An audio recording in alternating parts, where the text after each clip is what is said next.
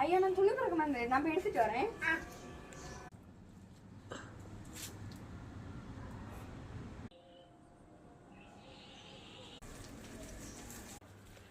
என்ன இது துணி நம்ம எடுக்கிறது முன்னாடி கீழே வந்து விழுந்துருச்சு.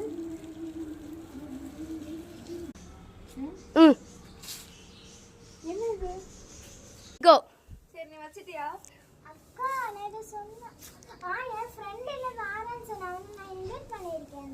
அப்படியா? அவன் எப்போ வருவான்? 10 o'clock வர சொன்னேன், இப்ப வந்துருவான் அக்கா.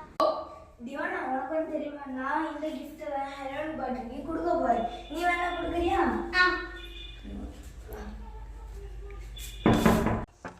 வந்துட்டேன். யாரு?